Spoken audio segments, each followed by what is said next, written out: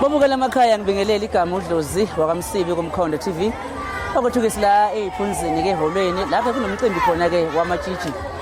okade kuqhubeka nje bangizwa ke bathi ke uqaleke izolo balele khona lana kwaze kwasa asikezwe ukuthi mhlambe kukhona okube sekubikiwe sibonga nje ukuthi nje kuhambe kahle kuze kweke namhlanje umcimbi ka sowuphethe kodwa ke sinabo ke omama mhlambe ke ibona bona baqhubeka lo msebenzi esizothi sikhulume nje nabo kancane sizwe ukuthi kabe mhlambe ke kuhambe kanjani. Sinoma uNkosi bamnkosi sikubingelele sikwamukela kuMkhondo TV. Nginibingelele basaka balalele emakhaya ngikubingelele nawe Mkhondo TV. Sibonga kakhulu mamithuba nisipha lona nokuthi manje ukuthi sizobona umcimbi lo eniwenzayo umhle kangakanwenzela ke nje ke isizwe. Mhlambe nje ke mangathi ngecheka nje ke ngabe kuhambe kanjani ukuzosukela ulosuku lezolo? Hayi kuhambeke kahle kakhulu asikayiboni inkinga. Sifikile izolo entambama sawuqala umcimbi wethu wahamba kahle ubusuku bonke kwaze kwasa njoba nje kuze kuyilesikhathi sizohlukana ke manje cha aseyikho inkinga esiyibonile nabantwana baphatheke kahle akekho benenkinga nathi singomama siphatheke kahle azange benenkinga sibonga kakhulu kumasipala wethu osichasile ngehholo wasichasa nangokuya ethunjini kubantwana siyabonga kakhulu sithi ngelinye ilanga phinde kwanda phinda senzele futhi okuhle singomama ngoba asikagcini la kuningi sisakucela kuye umasipala wethu sicela ukuthi nangelinye ilanga phinda sisize futhi afake isandla ngoba nje basiyiphethele ingane asikayiphatheli thina siphathele yena nobukhosi bethu siphathele bona sicela ukuthi nje basisize kakhulu la sicela khona ngoba le ingane esinazo iphuma emakhaya angafani okuwukuthi enye ingane iyafisa kodwa kuneyingqinamba ezithile ekhaya iyafisa ukuthi ize la ongangokuba abanye abazali baze bathi hlala ngoba thina asinayo imali yokuhamba asinayo imali yokuthi uphathe umphako sibonge kakhulu nje umasipala akwenzile kulokhu nangonyaka ophelile ukuthi asiphe okudliwayo ukuthi abantwana bakhona ukuthi badle kungabonakali oswele phakathi kwabantwana sibaphethe ngiyabonga kakhulu. Kuyezwakala mama mhlambe nje ke engingafinde futhi ukuthola nje ukuthi ke mhlambe abantwana laba nje indlela enibakhulisa ngakhona izibizi time mhlambe nixoxe nabo eqinisekiseni phela ukuthi bakhula babe ngabafazi abaqotho bakusasa. Siyafisa impela ukuthi bakhule siyabayala ngendlela eright ukuthi bakhule babe ngabomama bakusasa abayokwakhela ikusasa njoba nathi sikhulile singomama sibaphethe siyayiyala intombi ukuthi ayihlale ngentombi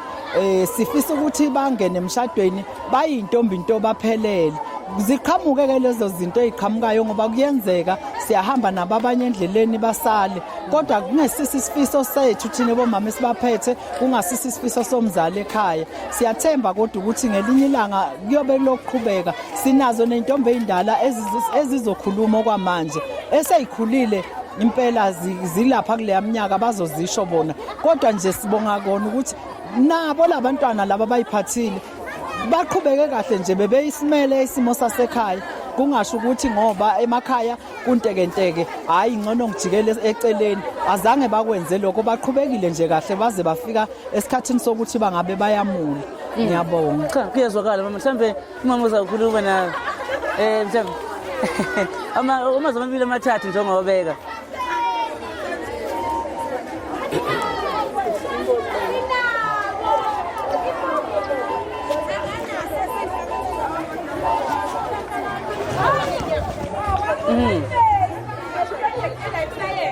Ngibingelela nonke kuMkhondo iTV yaseMkhondo. Ngibingelele kakhulukazi abalalele emakhaya kanye nezibukeli. Sibongeke nakumasipala wethu oselekelelile nangonyaka ophelwa selekelela nakulonyaka oselekelelile. Sibonga kakhulu sisazoya nasemhlangeni sizocela umasipala wethu uphinde usichase ngama transport nangokudla abantwana bayalamba mabefika le kwaNongoma emhlangeni siyacela ukuthi umasipala wethu usichase usiphe phela nama t-shirt ukuze bebonakala abantwana bethu baqhamuka eMkhondo. Ngibonga kakhulu ugogo Mkazo waseMangosuthu. Sibonga kakhulu ma babukele emakhaya ke sesizokwazi ukuthi sikhulumise ke abantwana ke bona la kwabasuke umcimbi ke ongosi ngabo njoba ke bela sizokuthi ke mhlambe ke bathini bona ungasondela dadwethu sizokwazi ukuthi sizwane sisituzana. uzele nje kancane ya mawusapho nje senzo sekho right noma ungasayikhasanga kodwa kusanandela wasikhasini mhlambe nje ke mawungasinike nje igama lakho nesibongo nawe ukuthi usuka kuliphi ukuthi khona la emkhonto nginibingelele igama lami ngithandeka ngwakamkhonza ngisuka endaweni yaseMolmane mhlambe ukuza kwakho lapha kunesikhathi singakanani uhamba lomcimbi mhlambe ngoba ngasayikhumbula iminyaka kodwa ngicabanga 17 years engiqedile ngoba ngina 31 eminyaka mhlambe nje sokuloku uhambile lo hambo kuze kwenamhlanje nje obula ngabe useseyintombi into ngisaseyintombi intona namhla ekseni ngihloliwe ngisaseyintombi mhlambe nje ke lo hambo ngiyazi ukuthi abanye balihambe kuze mhlambe kulokuthi bayahluleka mhlambe endleleni izimo mhlambe wena okwabhekana nazo ezinzima ngabe kube yiziphi nanokuthi mhlambe uyinqobe kanjani kuze kube namhlanje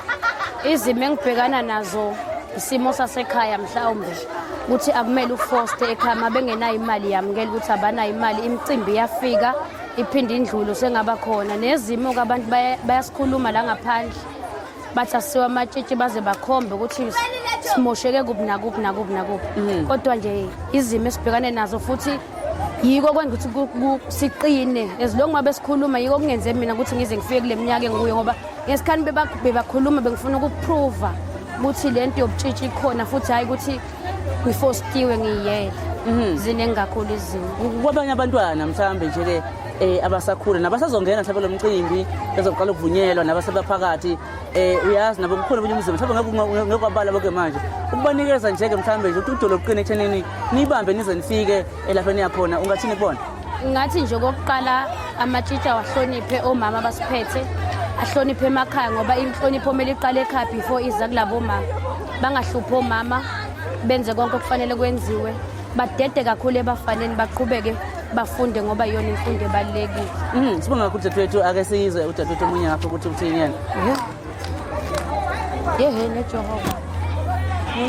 noma bamba ngesandla lesanandaba unawe nje uzobingelela ubese ke usitshela igama nesibongo nanokuthi ke mhlambe indawo ophuma kuyona iyiphi sanibonani igama lami mina ngonolizwa kaNtshakala ngihlala khona la eMkhondo ngaphethe umama Mjazi ukulokhu lokishi mangaphela lokushini ngihlala eRiverdene mhlambe ngiyazi dadewethu ukuthi lo hambo lo nihamba lunzima iziningi izinto ezenzakalayo unesikhathi singakanani kulo hambo nanokuthi mhlambe ke kube njani endleleni kuze fike nje namhlanje mina njengami nesikhathi eside ngoba ngikhulele lana ngoba namhlanje ngina 20 yebo vele into enzima ukuthi ekhaya bahlule ngamnayo imali yabona nje iyo nendawo ukuthi kwesikhathi sivinje na isikole akukho kunye nje kubi yebo mhlambe abafana babefika bezoshela nithini hayi mina ngintombi mina lethi inkomo nithini nje kakhulukazi nina nababili nje phela senikhulile ukuthi ngivele nesingaba ngabafazi bemizi mabefika abafana nithini sabatshela ukuthi hayi kanje kunjena mangabe wala ekhaya uthi uthini umthetho nje uthi uhlala kumele befike beze komama basiphethe bekhulume nabo kakhulukazi kumele umuntu serious basho ukuthi uphethe inani njengenkomo yabo kanjalo asho nokuthi yena inhloso yakhe yini ngani nikile mhlawumbe nakubona ngibuza kini lo mbuzo ngoba senesikhashana nihambile nikile nabona mhlawumbe abanye benu afike umfana athola ukuthi cha no mhlawumbe kuzwa nenkomo avezwa nenkomo ayikhipha inkomo 2-3 months after that mhlawumbe uthola ukuthi sekunenkinga futhi abaphinde basabahlukene cha mina engike ngakubona itshitshi lethu kaMama Nkosi ufikile umfana wafika ematshitshini walikhetha sasisonke ehambe ekhetha walikhetha wathola ngonyaka ophelile ngoDisemba kwakudlala abayeni bakhe ukuthi kusaqhubeka kusahamba kahle so angaze nikubone into othola ukuthi hayi bekhethwe simbone vele beyitombi into kodwa manje sephinde futhi kuphelile futhi endleleni cha asikase sakubona engikwaziyo nje ukuthi bayafika ama befika bazenze ngathi balungile emva kwaloko mhlambe 2 months 3 months babese bayashintsha wesinye isikhathi uma ngabe usheshe wavuma wena uthola ukuthi sebashintsha vele sowulate kodwa nje kumele bayikalwe kulabo mama ngiyabona awugcina lokho amazwi mhlawumbe onga-motivate mhlawumbe abanye abantwana emakhaya novumela nje abazali phela ukuthi bazali kulo kuhambe silihambayo kuyaphileka siyalondolozeka kuze mhlawumbe kufike isikhathi sokuthi ingane ize ifika la ikhula khona ukuthi yazini sengingakhetha manje